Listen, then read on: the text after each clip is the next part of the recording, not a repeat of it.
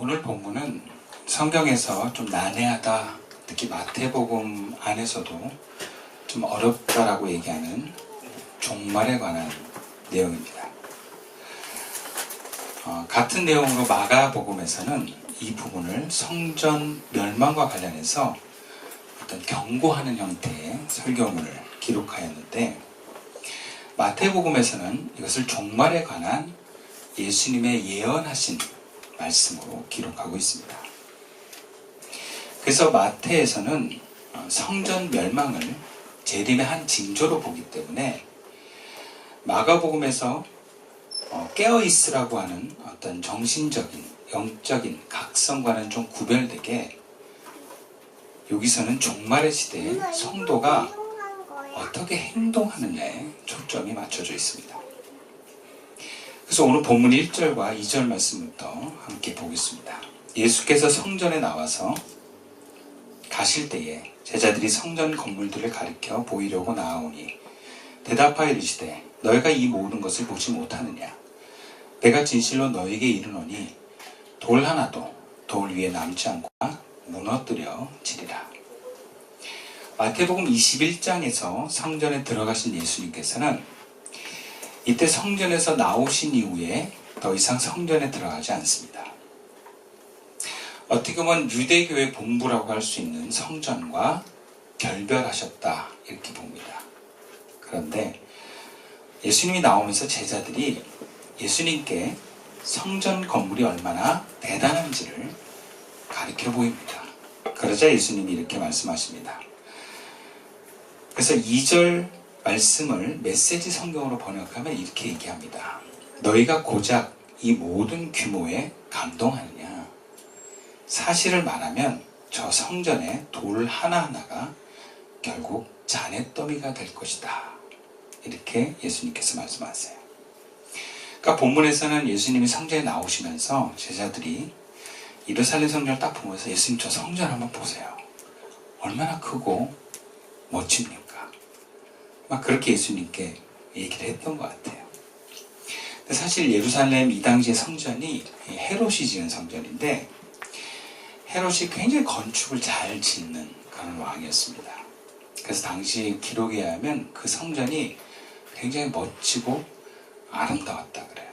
그 성벽도 그냥 민바닥의 성전의 벽이 아니라 그 각진 모습과 여러 가지 들쭉날쭉 이렇게 엇갈려 쌓은 돌벽 때문에 이 파도와 같은 형상을 이뤘다 그럽니다. 그래서 기록에 의하면 이 성전 건물이 굉장히 멋있었다. 그러니까 이 예루살렘 성전을 보지 않고는 건축물이 아름답다라고 얘기하지 말아라, 이렇게 기록하기도 합니다. 또 성전 입구도 대리석 기둥으로 현대 흰 대리석으로 된 성전 건물을 짓고 금색으로 장식한 기둥들과 그 문들의 화려함은 그 건물을 바라보는 제자들 입장에서는 굉장히 멋지다고 느꼈을 것 같아요. 사실 우리도 화려하고 아름다운 것에 많은 의미 부여를 합니다. 우리는 좋은 집, 좋은 차, 그리고 멋진 외모와 옷차림을 선호하고, 그것을 내가 가지지 못하면 그 가진 사람을 부러워하거나 시기하기도 합니다. 어쩌면 많은 사람들이 돈을 많이 벌려고 하는 것도 그 아름다움과 화려함을 내가 소유하고 싶기 때문이기도 합니다. 심지어 남자친구나 여자친구를 내가 얻는 데도 있어도 어떤 소유욕이 그 마음에 그 중심에 자리 잡고 있습니다. 그만큼 아름다움을 넘어서 화려함과 웅장함은 우리의 어떤 욕망을 자극합니다. 마치 내가 그렇게 화려하고 웅장한 존재로 보여줘서 스스로가 그렇게 뛰어난 존재임을 보이고 싶어하는, 어떻게 보면 모든 인간의 기본적인 욕구라고도 할 수 있습니다. 그것을 조금 어려운 말로 존재감이라고 합니다. 그러니까 거기서 내가 존재를 확인하고, 인간은 자기 존재를 확인할수록 굉장히 만족감과 에너지가 올라온다고 해요. 근데 그렇게 자연스러운 그런 욕구도 오늘 본문에서 예수님은 부질없는 거다, 이렇게 얘기하시는 거예요. 무엇보다 그 존재가 존재의 목적에 부합되지 못한 땐 사라져버린다라는 말씀까지 하시는 것입니다. 헤롯이 유대인들의 환심을 사기 위해서 아무리 화려하고 웅장한 성전을 건축했어도 그 성전에 하나님의 임재가 임하지 않고 예수님이 말씀하셨던 대로 강도의 소굴이 되어서 돈 버는 수단이 되어버리는 건물이 되었다면 그것은 성전이 아니라 돌 위에 돌 하나도 남지 않는 건축 폐기물이라는 거예요. 이것은 당시에 예루살렘 성전을 빗대어서 예수님이 하신 말씀이지만 이것은 화려하고 웅장하게 지은 오늘날의 교회 건물에도 해당될 수도 있습니다. 또 화려함과 아름다움으로 치장하려고 하는 성령의 전이라고 할 수 있는 우리 육신이라고도 할 수 있어요. 오늘날 우리가 육신을 아름답게 꾸미기 위해서 얼마나 애를 씁니까? 마치 그것이 내 삶의 전부이고 내 존재를 드러내는 전부인 것처럼 우리는 얼마나 애를 씁니까? 우리가 그렇게 열망하고 치장하는데 온 삶을 바쳤던 그 몸이 하나님께 보냄을 받은 존재로서의 의미를 잃어버릴 땐 한낱 죄가 되어버릴 육신이라는 것을 말씀하시는 것 같습니다. 그렇다면 우리 몸의 화려함과 치장하기를 거부하고 소박하고 구질구질한 기능으로서만 건물과 몸이 존재한다면 그건 또 하나님의 뜻일까? 교회는 무조건 각진 빌딩으로만 지어야 되고 그리스도인은 항상 옷차림이 수수해야 되고 그리고 무조건 소박하게만 음식을 먹어야 되고 운송수단에 우리가 차는 가장 가격이 저렴하면서 실용적인 차만 골라야 되는가? 실제로 청교도는 뭘 먹는지 잘 모르겠는데 옛날 청교도 정신은 좀 그런 거에 가까웠다 그래요. 근데 여러분 아름다움은 하나님께로부터 오는 거예요. 그 아름다움 자체가 죄는 아닙니다. 나 자신을 아름답게 꾸미고 집과 성전이 아름다운 것은 결국 나쁜 게 아닙니다. 하나님께서 처음 세우신 세상은 참 아름다웠어요. 오늘도 우리가 자연을 볼 때 하나님이 선된 그 자연의 모습은 그 어떤 인간이 만든 것보다 아름답습니다. 또 하나님께서 허락하셨던 솔로몬이 세운 성전은 또 헤롯과는 또 비교할 수 없는 더 아름다운 성전이었다고 얘기를 해요. 그렇다면 무엇을 얘기하고자 하는 건가? 겉이 아름답냐, 겉이 소박해야 되냐가 중요한 게 아니라 정말 중요한 거는 그 속이라는 거예요. 겉은 아름다울 수도 있고 수수할 수도 있습니다. 어떤 경우에서는 따라서 초라할 수도 있어요. 여러분 우리 교회가 지금 예배드린 장소가 5번 옮겼어요. 그죠? 근데 가장 초라한 곳이 저는 이곳이 아닌가. 심지어 우리가 강남에 굉장히 하루 빌리는데 100만 원에 가까운 그런 의리의리한 곳에서도 예배를 드렸지 않습니까? 근데 가장 겉보기에는 초라하고 뭔가 칙칙한 장소이면 부인할 수가 없는데 그러니까 누가 새로 온다 그러면 약간 좀 긴장이 되기도 해요. 오자마자 첫인상이 좀 구질구질한데 내려오기도 좀 뭐하지 않을까 이런 생각이 좀 들 정도로. 그런데 이 모임 속에 그 어느 때보다 주의 임재가 느껴지고 이 모임 속에 우리의 코이노니가 더욱더 활발하게 이루어지는 과정들을 통해서 저는 그 모든 것이 이전보다 풍성해졌다고 믿습니다. 중요한 것은 내용입니다. 그러면 되는 거예요. 그리고 그 것도 하나님의 허락하심을 따라 주어지는 대로 우리가 누리면 되는 것입니다. 그렇다고 해서 일부러 의미 부여를 해서 시간과 에너지와 물질을 그 겉에를 세워가고 꾸미는데 우리가 드릴 것이 아니라 우리 내면을 더 하나님 안에서 아름다운 모습으로 꾸미는 것이 우선되어야 되는 것이 그리스도인 줄 믿습니다. 원래 우리가 한국교회가 왜 사회적으로 비난을 받습니까? 건물이 구질구질하다고 비난을 받나요? 그렇지 않은 것 같아요. 교회 건물은 어느 때보다도 세련되고 웅장해졌습니다. 그러나 그 교회를 구성하는 성도들은 그 내면이 그 어느 때보다도 이기적이고 또 메마른 것이 바로 한국교회가 지탄받는 것이 아닌가. 예수님께서는 성전의 웅장함과 화려함을 자랑하는 제자들에게 이런 웅장함과 화려함이 하나님 앞에서 중요한 것이 아니다라는 얘기를 해요. 그리고 그것의 허무함을 말합니다. 이는 성전의 화려함, 즉 겉으로 드러나는 모양보다 내면을 더 중요시 여기라고 메시지로 드려야 하는 것입니다. 이것은 초대교회 공동체가 해당되는 메시지였습니다. 그러나 제자들은 그 관심이 자신의 내면으로 이어지지 않고 이러한 비극적인 일들이 언제 일어날 것에 대한 관심으로 집중됩니다. 본문 3절 말씀이에요.